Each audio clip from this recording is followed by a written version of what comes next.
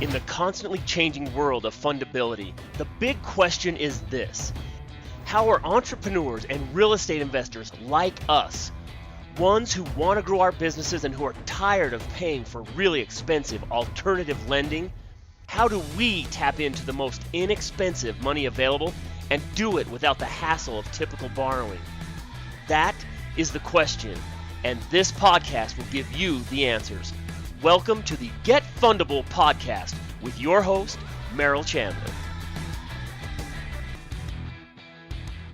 Welcome back, everybody. It's Merrill Chandler, your host of the Get Fundable podcast. And in this episode, the 100th episode, there's going to be a huge pivot here. So when we come back, we're going to get into the down and dirty of exactly what it takes to be successful. So I'll see you in just a moment.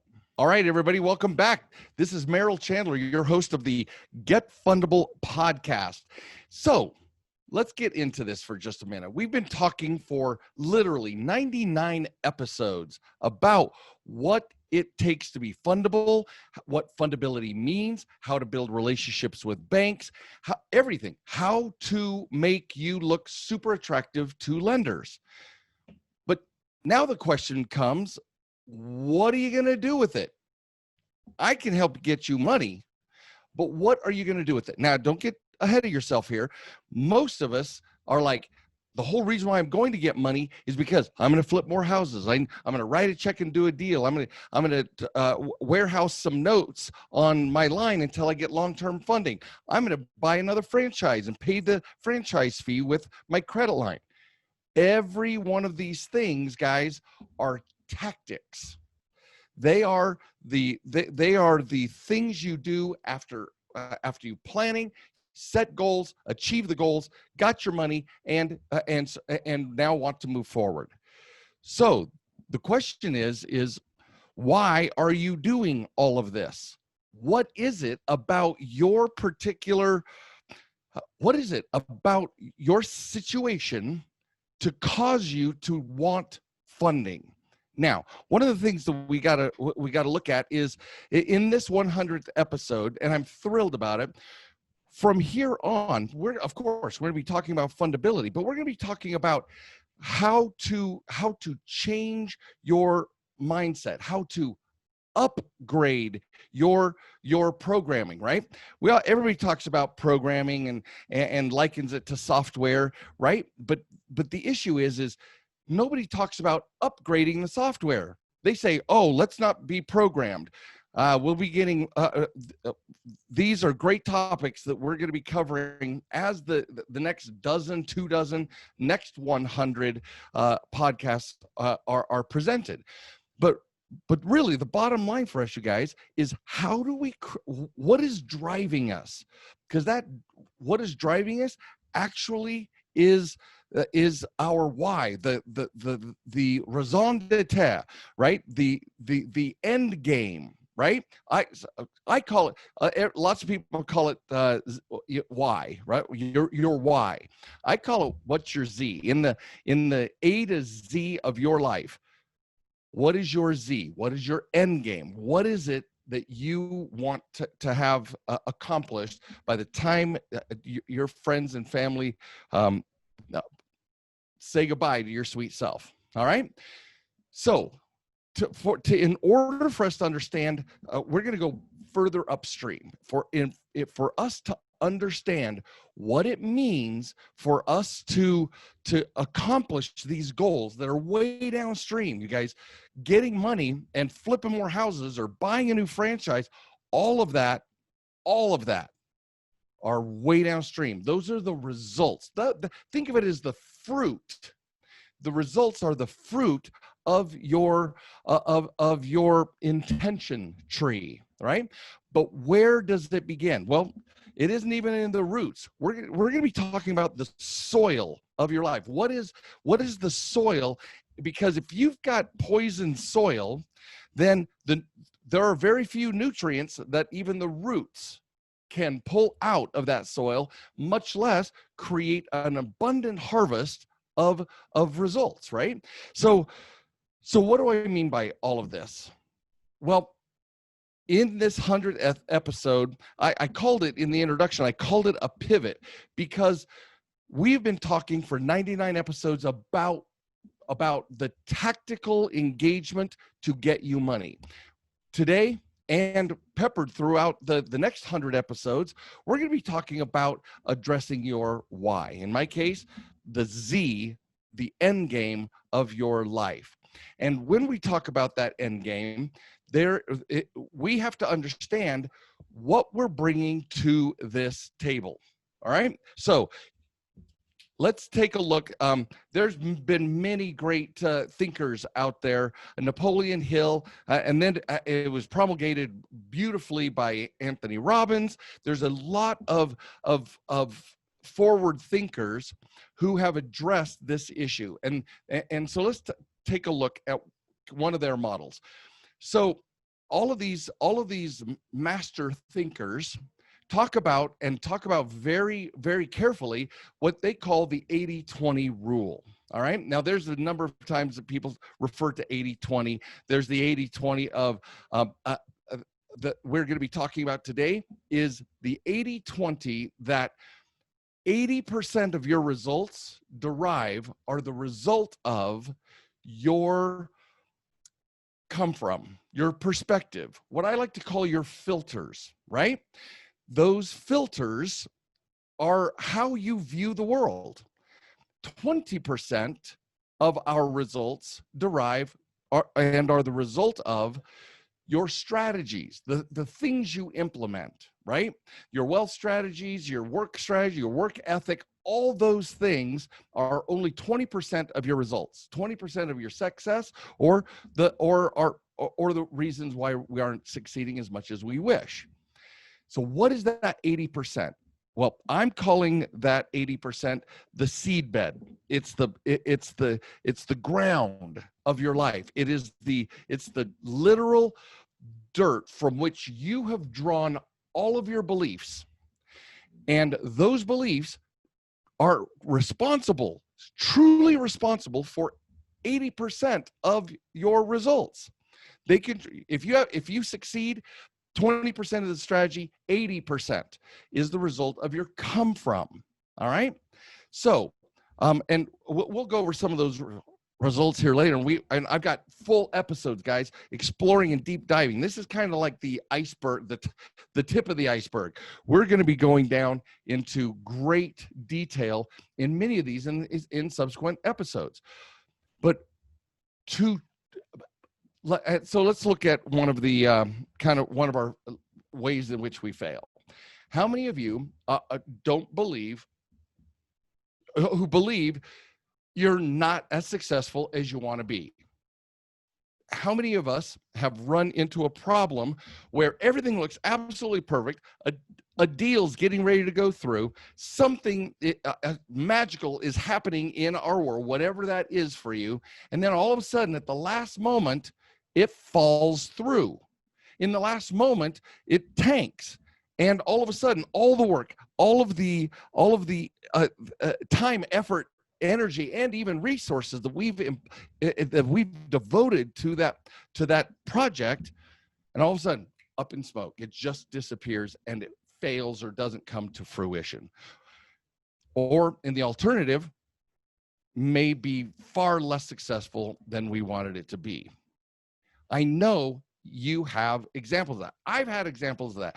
Previous episodes, I've talked about taking the win, right? Self-sabotage. Well, that's what we're talking about here. There are so many times that we will seek to do something and we believe we're doing everything right, but somewhere energetically in our mind, in our heart, in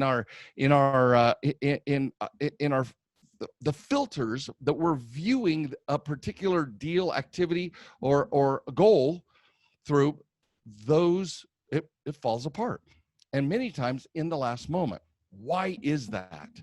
Why do we sabotage ourselves? Why do we not get going back to the tree metaphor, why do we get no fruit out of our harvest? Or why do we get 1 bushel instead of 10 bushels?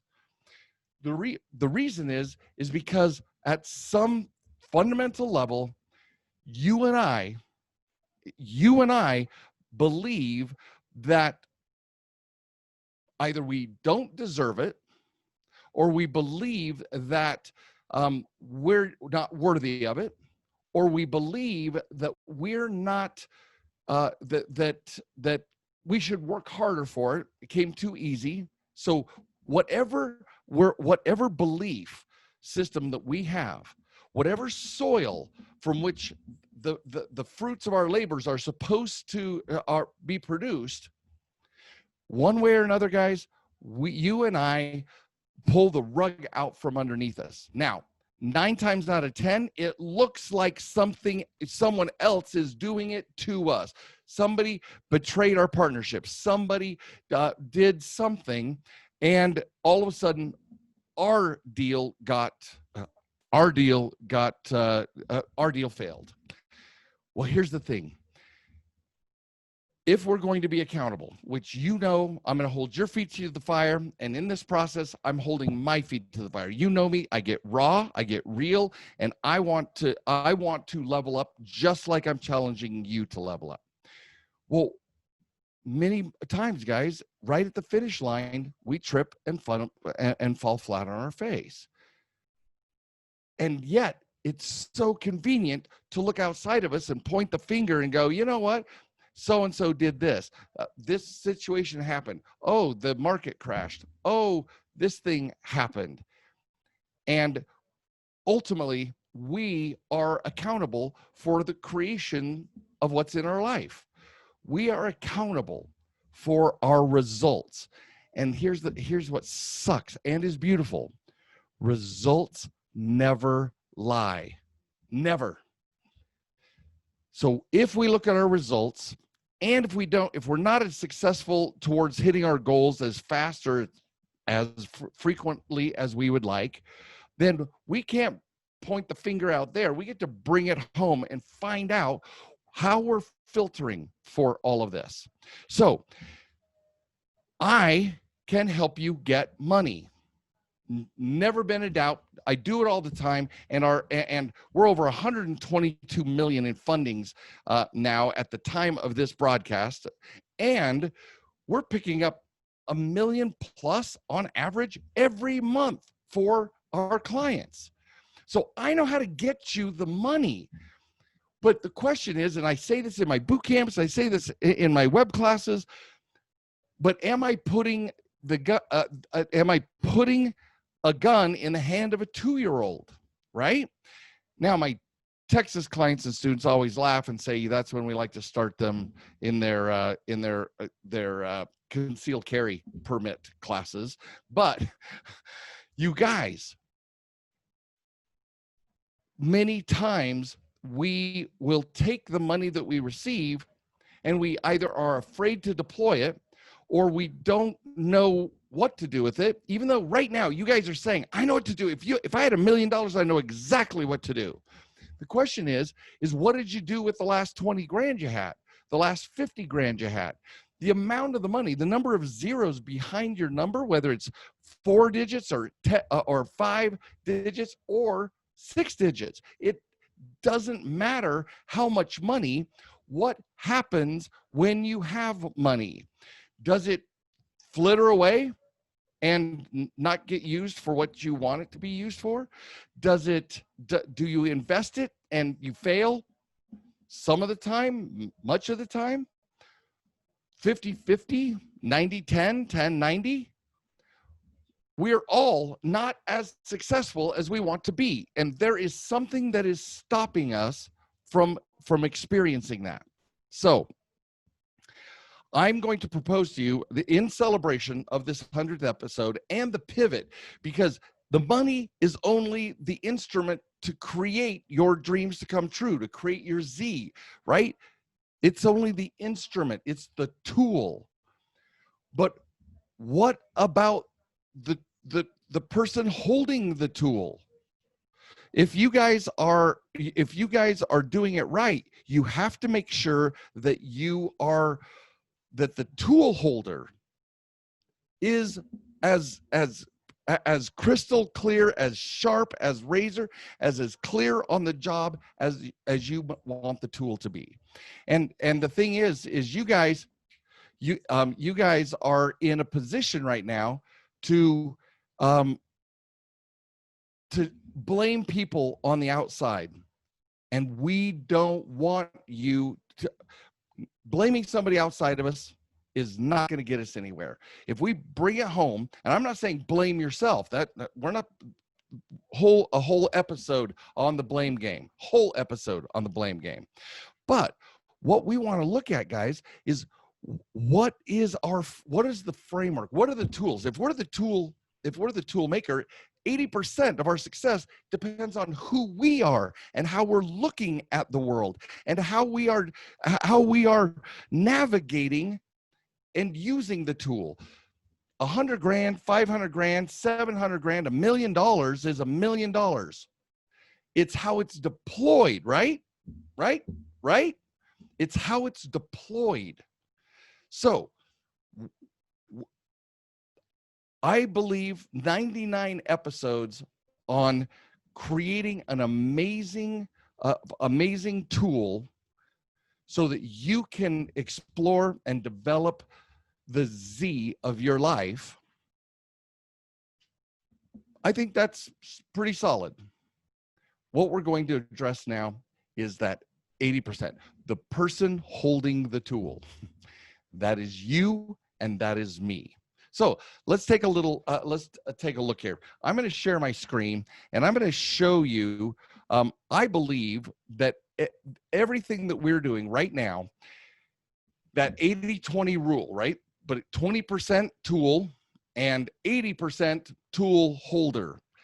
That is what we're looking at. That's what we have to spend our time and energy on. That is what makes us successful, not the tool. You've seen people who are it's like they have the Midas touch, right? Everything they touch, it turns to gold, because it doesn't matter the strategy they're working on. It matters that they're holding the tool, that they're implementing those strategies. So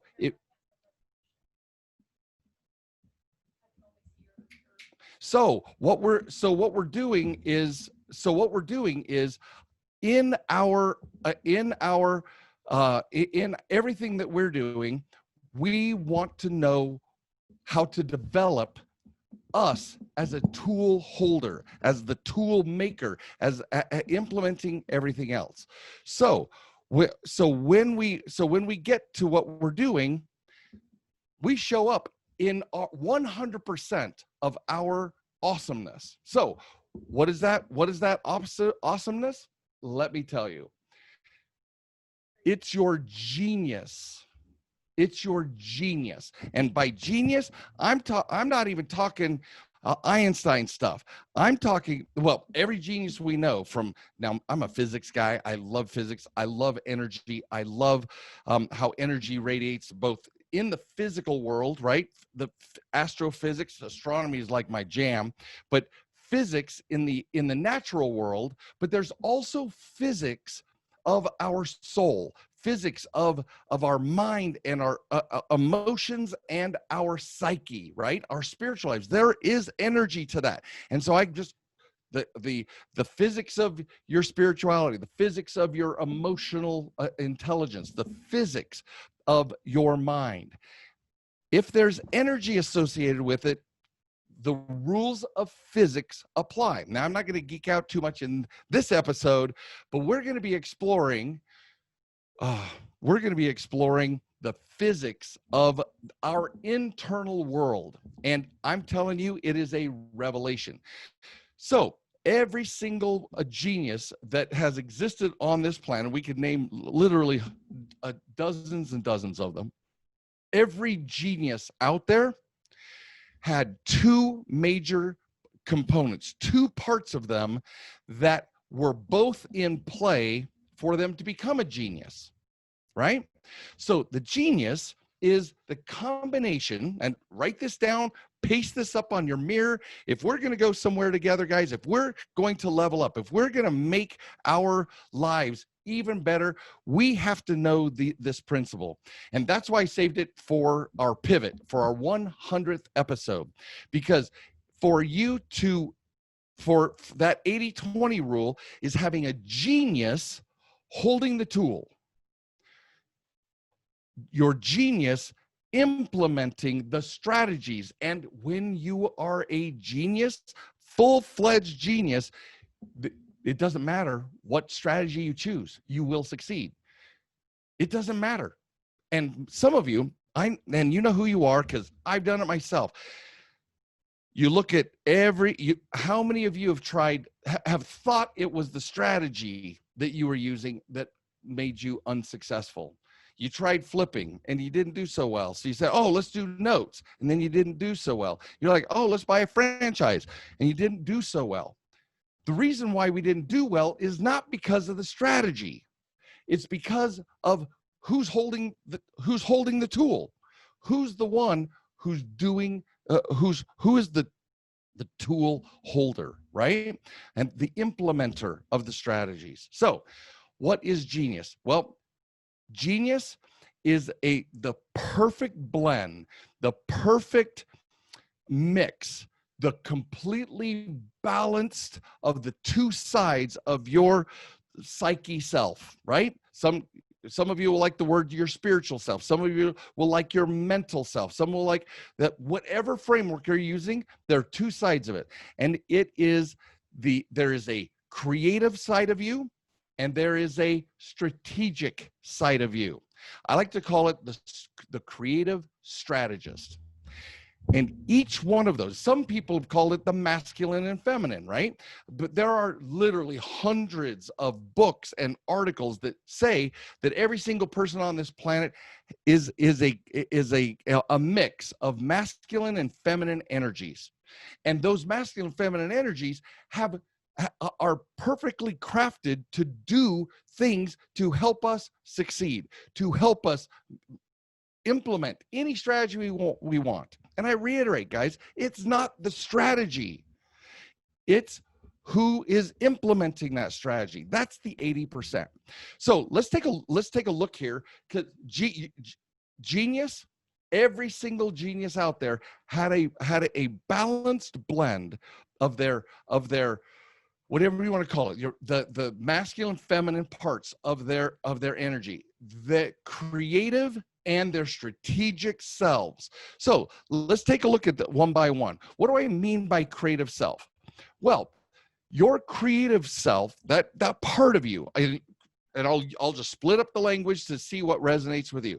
In your mind, in your heart, in your soul, whatever it is, your creative self is an embodiment of inventive, imaginative, innovative, experimental. That part of you that experiments with stuff, that's your creative self.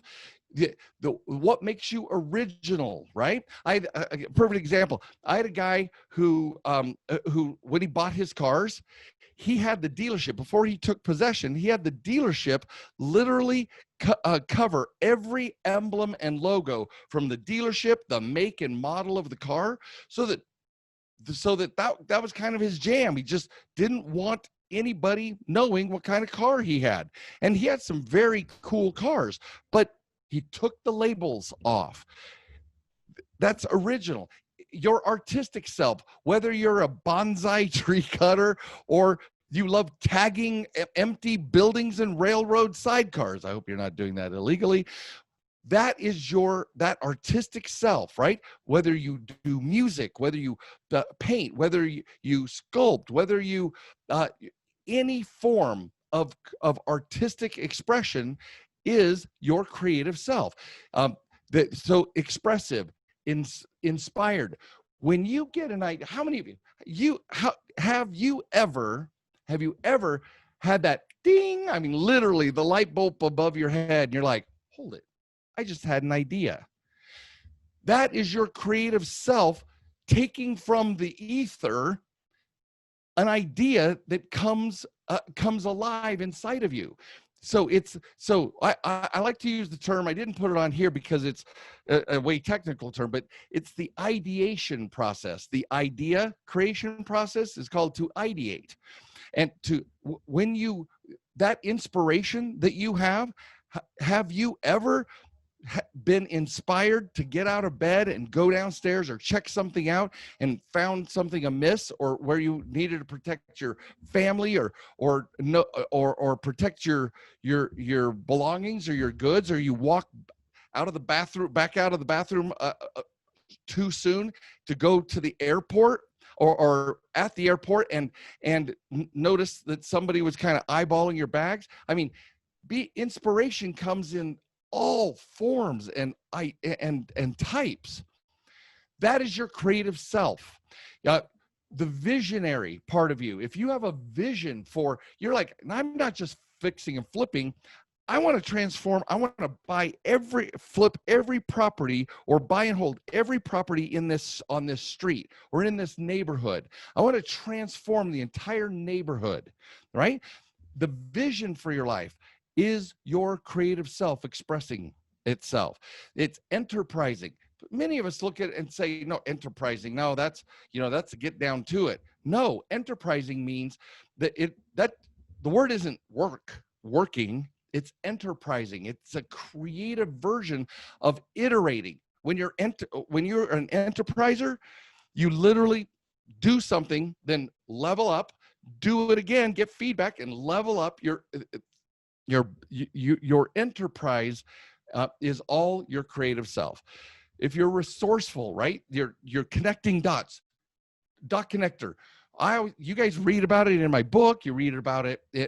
We talk about it in the podcast, as well as the boot camps and masterminds. My personal dot connecting that I did to create fundability optimization, all my creative self, 100%. My strategic self had nothing to do with it. Flexibility, your flexibility to collaborate or to make something work in an agreement, all your creative self. Trusting. When you trust a process or a person, that is your creative self. Now, trusting, intuitive, receptive, nurturing. Yeah, okay, so quick story. Before I came to all of this, before all of this was downloaded to me and I started operating from this in my personal life, I would walk into a business meeting and I would literally sit down, look at whoever we were talking to, and let's say it's a referral partner. Remember, I've been doing this for 28 plus years. So I sit down with a referral partner and say, hey, let's get to it. How many people are in your RIA? How many, what dates do you want to do this? How can I serve your people and create an awesome presentation? How can we educate them?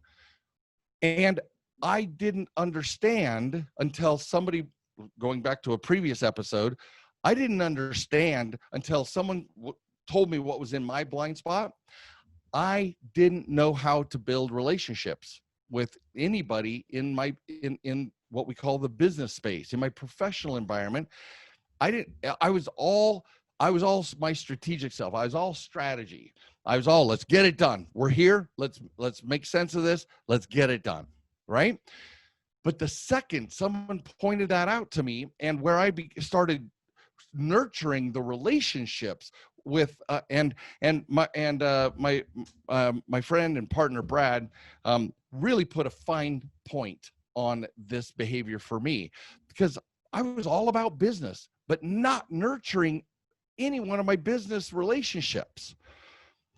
That nurturing means that I was not proficient with my creative self. My creative self I wasn't allowing that part of me to contribute to my genius, right? We'll get more into that in just a moment.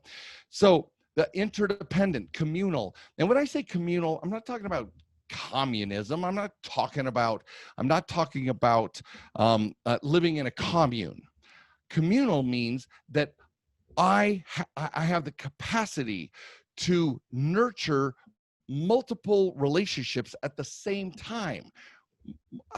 Your contractors, the people that are buying your homes, the people that are selling their homes to you, your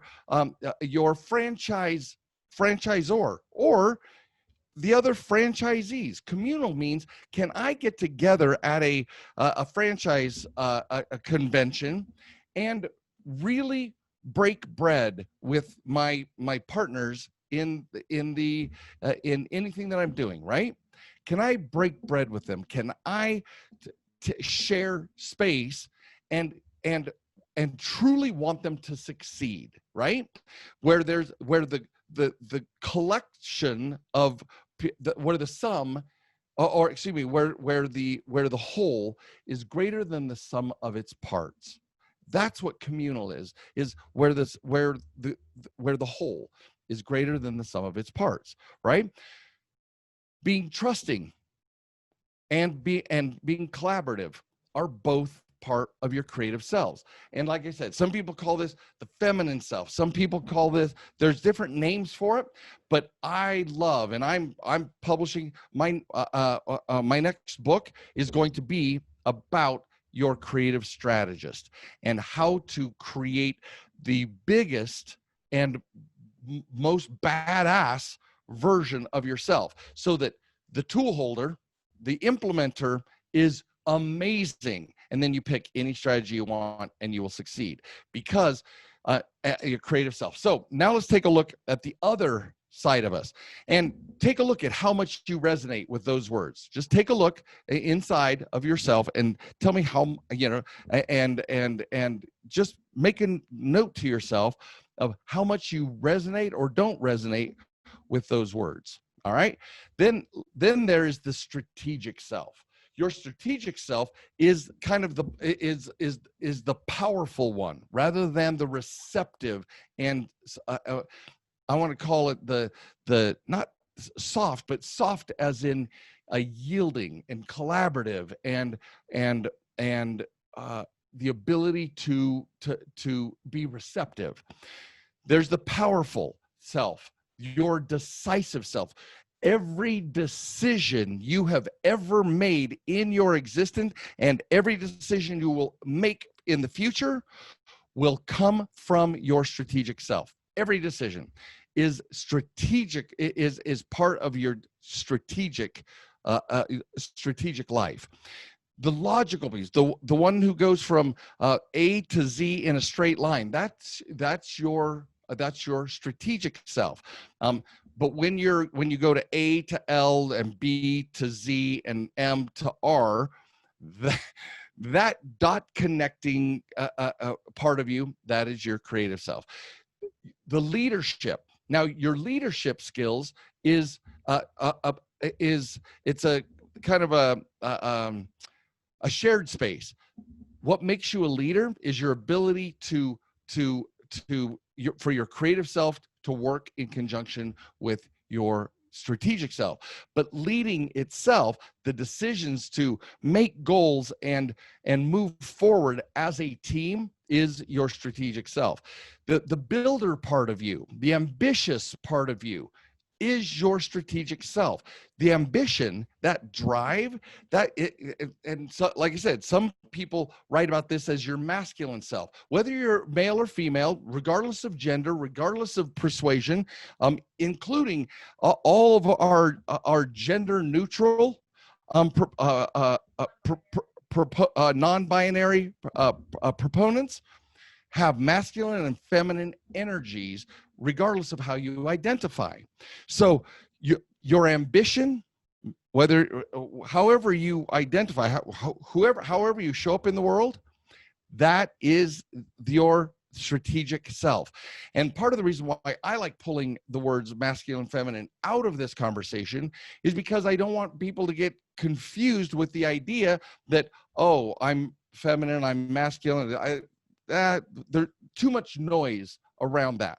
But there's no noise around your creative self or your strategic self. Okay?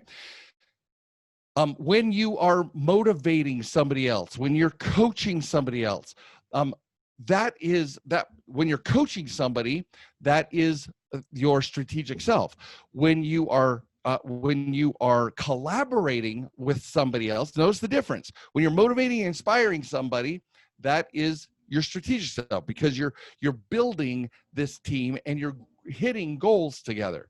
But when you collaborate with somebody, that's a feminine and creative side of you. Your independence, the creative self was interdependent. The strategic self is independent. And your confidence is part of your strategic self. How well centered you are, how grounded you are, how just rocking it deep into the roots of who you are.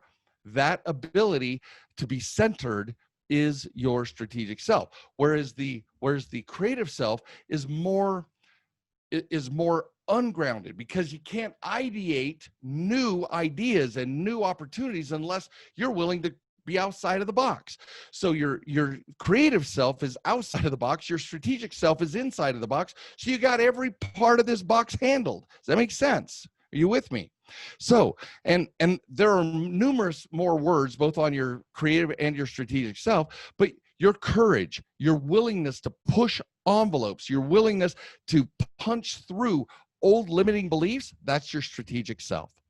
So, cool, right? I love this stuff. And there is so much to explore here, because let's say I get you 500 grand. Now what? I don't want you to lose it because you are not implementing your genius to be even more successful than you already are. So let's look at those are the things that make you.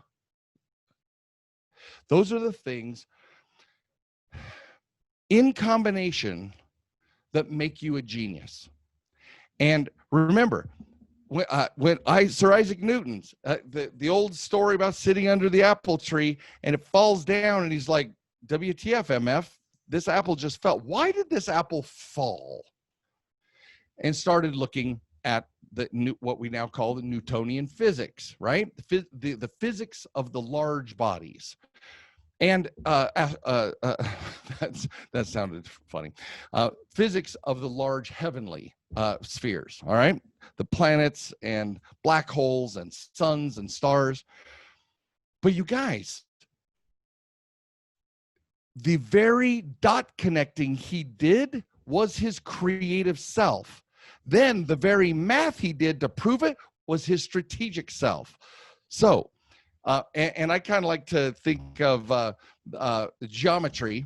Geometry can be part of the creative experience, and the calculus and algebra part of the strategic part of our brains. Now, we've all heard hundreds of times, that the right hand, I'm asking the right, that we are kind of counterposing. We have our left brain is that strategic self, right? And the right brain is the creative self. So each one of those guys, and then they cross hatch, so that lefties, the stereotype is that lefties have certain are more creative because they are a right brain dominant, and so they see the world from more creative space. Just generalizing here. And then if the right-handers, we identify with our left brain, and that is more an analytical and a strategic side of who we are. I'm sharing nothing new when it comes to who kind of the makeup of the human psyche. What I'm bringing to this conversation is that when we have a balance of our creative and our strategic selves, our genius will go through the roof. Our power to create, that 80% that is the implementer, that is the tool holder, is going to be able to implement any strategy whatsoever and succeed at higher and higher levels. Now, this is so one of the things that is many of us tend to identify with one of these. We tend to identify with the strategic self or the creative self more.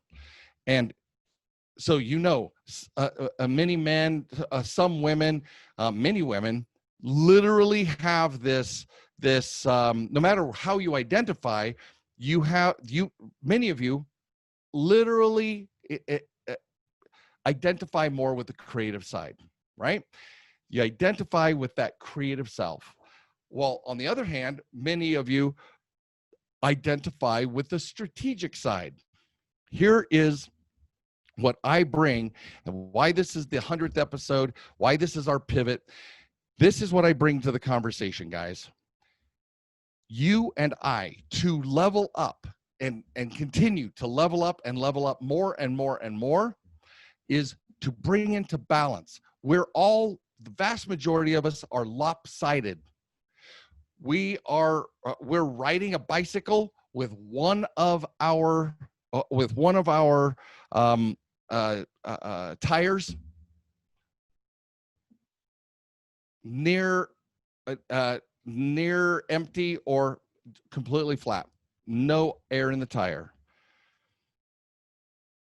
And that's what the next 100 episodes are going to be. How do we bring our genius to everything we do? How do we develop our genius? How do we buoy up the part of us that we have not been exercising? So ask yourself a couple of questions. Do you approach most things in your life from an analytical perspective? That means you are using your strategic self more lopsided than your creative self. And yet your creative self is designed to do the heavy lifting to help the strategic self make sure that you have the best deals in play, make the best decisions possible, connect the dots that your analytical self is not even designed to connect dots. There's no intuition there. So the question is, for you who are way lopsided to the strategic self, what percentage are you intuitive? What percentage? Is it 90-10, 95-5, 70-30 strategic to creative? Whatever that lopsidedness is, to whatever degree, no harm, no foul. I'm not here to judge. I'm here for us to ask the hard questions, as I always do. Ask these hard questions, and then let's go to work on creating a balanced genius soul in us. And the more balanced you are, the more powerful you will show up in this world, the more magnificent the results you'll have. You will be a superstar because you are in balance. So a moment ago I said, how many of you identify more with the strategic self, right? Well, how many of you identify more with the creative, your creative self? Some of us spend a lot of time over in relationship building and developing and ideating and creating, but we don't pull the trigger with our executive self or that strategic self. We don't know how to pull the trigger. The idea is that here's a couple of symptoms to watch out for. If you are a majority, and a majority to me, guys, is 51% versus 49%, okay? But if you're in the majority where you analyze only, you only analyze, you only make checklists, you only super goal oriented, but only about getting things done, Now remember, the very premise that this is based on, none of those things are bad. But if you are doing as a majority those things to move in the world, then you're out of balance with your creative self, and your creative side isn't contributing all the gifts that it can bring to you. Some of the symptoms are bad interpersonal relationships, where you analyze what's going on and you only try to fix what's going on in your relationship. If you are not a good listener in your relationship, and I'm talking business, partnerships, everything. It translates to your personal relationships, but I'm talking guys that it is, if you are super structured, then those things and just analytical, then you're missing out on all the gifts that an underdeveloped creative side has to offer you. And those symptoms can be devastating in our personal and professional relationships. If you have trouble making money or implementing plans, but you have great ideas, but you have trouble implementing them, that's a symptom of being a higher percentage of your creative self and being out of balance with your strategic self. That creative side of you can idea. If you have tons of ideas, but you haven't implemented very many or any, and those ideas are not yielding positive results for you, then you're heavily into your creative self, and you have not developed that strategic self. And I'm telling you guys, if you let those two parts of you do their jobs, as you come closer and closer into balance, if you let those two do their jobs, success is effortless, because the idea, inspiration, nurturing, collaboration to make it work is phenomenal. And then your ability to execute, pull the trigger, get things done, and check everything off your checklist and execute, that's effortless for your strategic self. The ideating and collaborating and nurturing of relationships, business relationships, is effortless for your creative self. So,